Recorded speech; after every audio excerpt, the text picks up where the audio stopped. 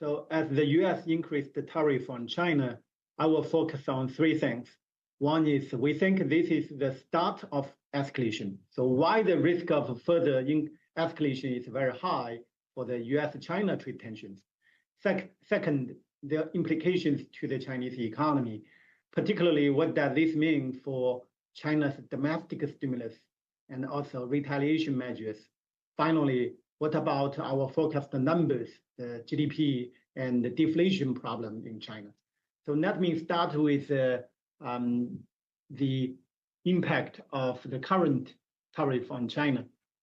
So we think it's going to knock off 0.3 percentage point of China's GDP growth in 2025 if what has been announced by the White House will be fully implemented, which means basically with no exemption, 10% additional tariff on everything from China. That could knock 0.3 percentage point of China's GDP growth. But that's just the first round. The more important thing here is the risk of further escalation could be very high, because apparently, as Chetan also mentioned, the US administration is focusing not just on controlling drug flows, but also on reducing the trade deficit. And the US-China trade deficit close to 400 billion is huge. And as of now, there is no signal that the US is just using this as negotiating concessions. It actually signaled a very tough stance, try to bring trade imbalance back to balance. So that's going to make this tariff with China very sticky. And more importantly, there are a couple of ongoing investigations on US-China trade, including the $800 small article export exemption, including the phase one deal. They are reviewing what happened to that, and the 301 investigation related to the phase one. All of these will probably be done by early April, and that gave the US administration more reasons to increase tariff on China. Now, a lot of investors asked us, maybe there's a opportunity for reaching a deal. I mean, the US-China tensions, as we mentioned, is much, much more complicated than US versus other countries. But let's see, can US and China sit down and strike a new trade deal? For example, let's review what happened to phase one deal. Can they go back to re-sign a phase one deal, re-deliver that? The short answer is it is very difficult. China agreed to purchase 200 billion extra imports from the US in phase one deal. And 2 years after that, they completed roughly 60%. So definitely it's undershooting. And if you look at the category of goods, they reached a slightly higher on agricultural goods. But anything else, oil and gas, manufacturing goods, tech, they are far lagging behind. And today, 6 years after phase one, a lot of things changed. For example, Chinese supply chain become even more dominant and competitive. As Chetan mentioned, the market share of Chinese goods in global market is just higher than 6 years ago. Out of 96 categories of goods, China today have more trade surplus, more competitiveness in 57 out of these 96 versus 6 years ago. So both US and China, if you look at their supply, their capacity, they're probably more entrenched than 6 years ago on reaching a deal, because there's not many things China can buy from the US, maybe except LNG. But we calculated the delta from purchasing LNG from the US is only $10 billion, $15 billion, comparing to that $400 billion trade surplus between US and China. That's like a drop in the ocean. It's simply not enough to move the needle. So looking back, the phase one deal was ambitious. And today, re-signing that phase one deal is much, much harder than 6 years ago. That's why I think the risk of further escalation between US and China tariff will be very high. Usually, China will retaliate the same way, basically same magnitude, matching the US tariff with 10% on the US goods to China. But because the Chinese imports from the US is much smaller, it's probably going to less impactful for Chinese economy or inflation. But I think the more important question, as Chetan put out, is if there is a broader, faster implementation of these tariffs and it's becoming stickier, then it's affecting global corporate confidence, then it could be potentially worse than 2018 to 2019. So what about our numbers for China? We are way below market consensus on China growth for this year, both nominal and real. We have a real GDP growth forecast of 4%, and our nominal GDP is below 4%, with the deflation being more persistent. Now, with the tariff, which we have built in some of the tariff in our model, for example, we have a 15% gradual increase for this year, followed by another 10% increase in tariff next year.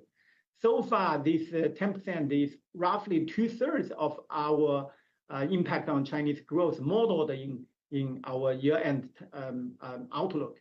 However, if the US impose more and more tariffs on top of this 10%, for example, after wrapped up the ongoing investigations, there is definitely a worse scenario of tariff beyond what's already in our base case. At this moment, with this 10%, we feel quite comfortable with our 4% below consensus GDP forecast and the below 4% nominal GDP forecast. Both are much weaker than market consensus. We'd like to stick with these numbers. And this also implied devaluation pressure for the RMB. We have a 7.6 USD CNY level target for year end. And I think once the tariff is here, PBOC may gradually allow the currency to be more flexible.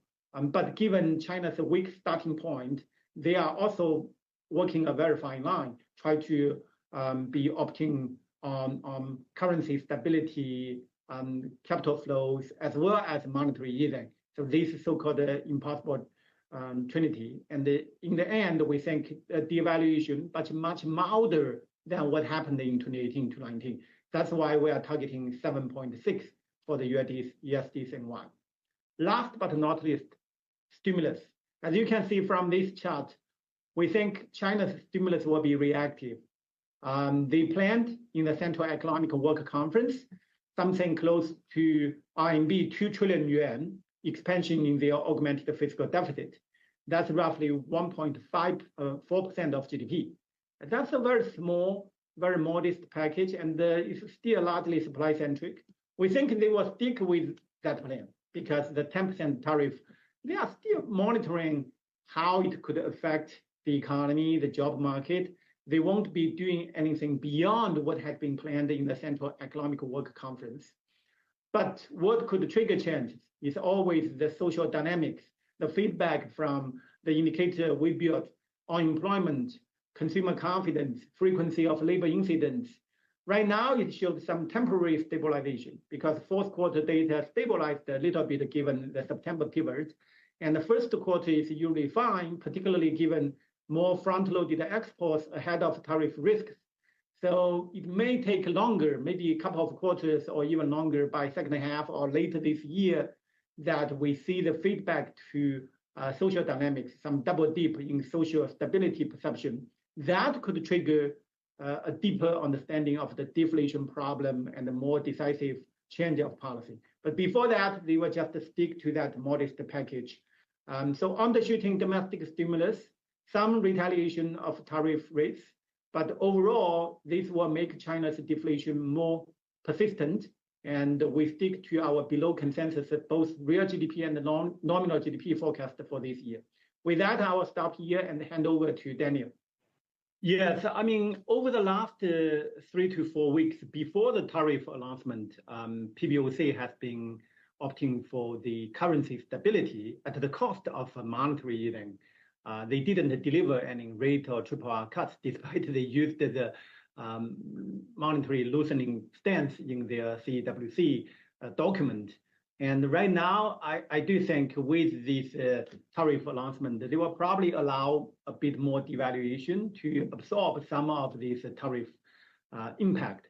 But we are talking about a single-digit devaluation. If this year, eventually the cumulative tariff increase on China could be 15% as our model priced in, we are expecting USD CNY to reach 7.6 by year end. That affecting roughly 4% devaluation against the dollar. Unlike back in 2018 to 19, the devaluation of renminbi versus the increasing tariff, it was a 1-to-1 ratio. The tariff increased by 12%, and the Chinese yuan depreciated by 11.5%. This time, we think the devaluation will be much milder, simply because given the weak starting point of China's domestic challenges, the PBOC is more concerned about any meaningful devaluation could trigger self-fulfilling capital outflow. It's being seen as a weaker, statement for the economy. It's going to have more confidence impact. So that's why we are looking for modest devaluation, 7.6 by year end. But of course, in a worse scenario, if the US is imposing tariff beyond what we talked about, 15% for this year, say they have 25% for this year, then we have to bring forward some of next year's devaluation to this year. Right now, we have a 7.75. That's our 2026 year-end price target for USD CNY, based on there will be another 10% increase in tariff on China next year. But if the increase in tariff this year is beyond our expectation in that worst scenario, then we may need to bring forward that devaluation to this year. That's it.